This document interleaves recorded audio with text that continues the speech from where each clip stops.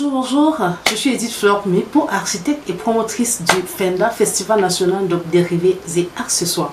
Alors, ce matin, je vais vous entretenir sur les étapes de fabrication du tissu traditionnel Ndop. Tissu classé patrimoine national du Cameroun depuis le 21 février 2020 par le ministère des tutelles, ministère des Arts et de la Culture du Cameroun. Alors, pourquoi voulons-nous parler des étapes de fabrication du Ndop? C'est parce que le Ndop coûte de plus en plus cher sur le marché. Et les uns et les autres se posent la question de savoir pourquoi est-ce qu'un simple tissu peut coûter aussi cher. Ce matin, nous avons voulu vous dire pourquoi ça coûte cher. Quelles sont les raisons pour lesquelles ça coûte cher?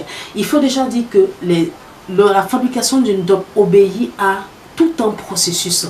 On a la culture du coton, la récolte du coton, la séparation ou l'égrainage, le filage du coton, le tissage du coton, la collecte de la sucre de fumée qui va servir au dessin des motifs, au dessin des idéogrammes sur le tissu. On a le faux filage, l'anoblissement, le séchage du tissu teinté. L'anoblissement, c'est la teinture. Le défaufilage, la mise sur marché du Ndop et puis l'étape de la désacralisation. Et en fait, il faut encore penser à la 15e étape qui est la restauration du Ndop parce que le Ndop s'entretient. Le Ndop doit être restauré de temps en temps, surtout pour les Ndop qui sont placés dans les musées.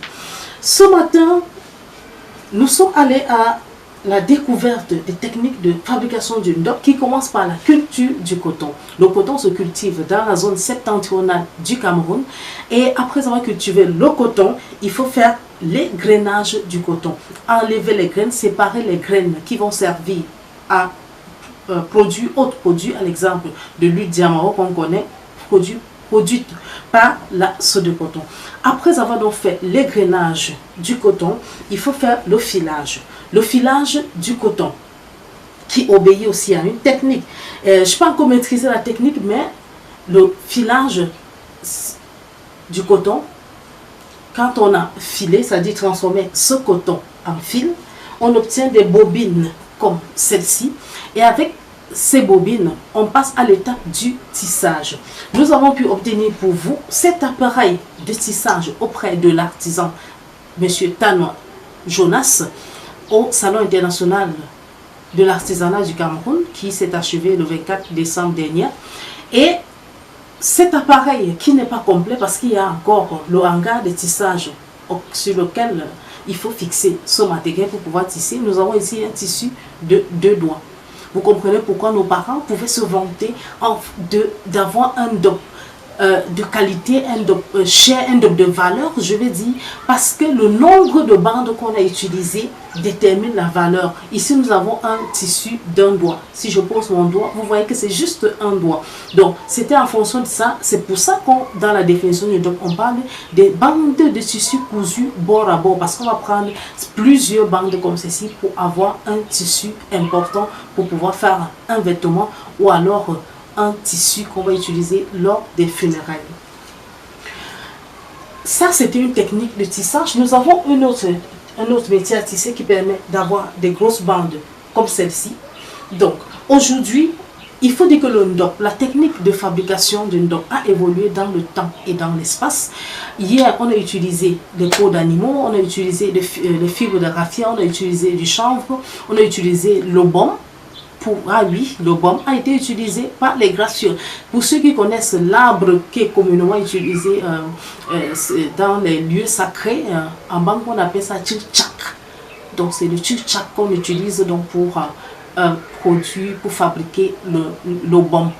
Donc, et il faut préciser que le Ndop à la base est un ensemble d'idéogrammes. C'est une écriture qui peut être apposée sur plusieurs types de supports. Et pendant longtemps, chez les peuples gracieux, le Ndop a été utilisé en architecture et dans l'art de manière générale, sur les objets de poterie, on va voir des idéogrammes du Ndop. Donc, c'est plus tard qu'on va beaucoup plus le centraliser sur le tissu comme on le voit aujourd'hui. Donc, après avoir donc tissé de coton, nos parents aujourd'hui puisqu'on n'utilise plus les fibres de raffia, vont donc à la rencontre de leurs frères artisans de l'extrême nord, parce que le tissage se fait principalement dans l'extrême nord, même si la culture du coton se fait dans toute la zone septentrionale. Le tissage, c'est principalement dans l'extrême nord Cameroun. Donc, nos parents vont acheter des tissus. Nous pensons ici à Papa Kamwa Simo de Baham, le patriarche qui travaille dans le NDOP depuis au moins 85 ans et qui a su transmettre à ses enfants, à ses petits-enfants. Aujourd'hui, on a là une entreprise familiale, pas seulement familiale parce qu'ils ont formé les gens aussi dans le village. Nous lui faisons un coucou. Donc, ils vont donc acheter ces tissus aujourd'hui dans l'extrême nord Cameroun.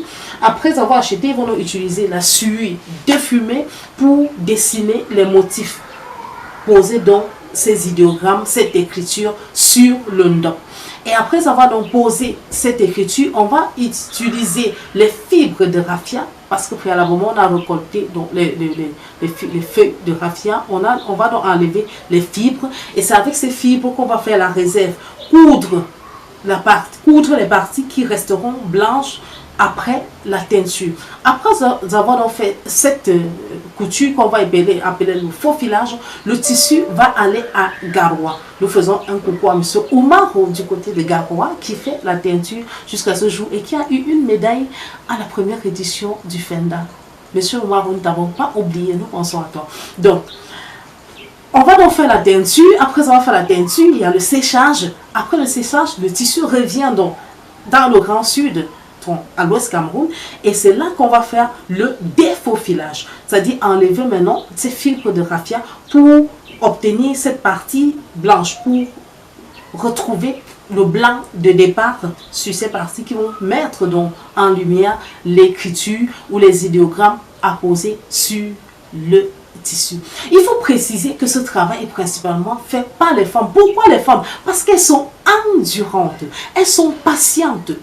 C'est pour ça que ce sont elles qui font prioritairement ce travail de faufilage et de défaufilage. Après avoir défaufilé donc notre DOP, on obtient le tissu. Je n'ai pas une grande bande, j'ai juste cette bandelette. On obtient donc notre tissu qui est prêt à être utilisé. Et après cette étape, il y a l'étape de mise sur le marché. Il y a la sacralisation.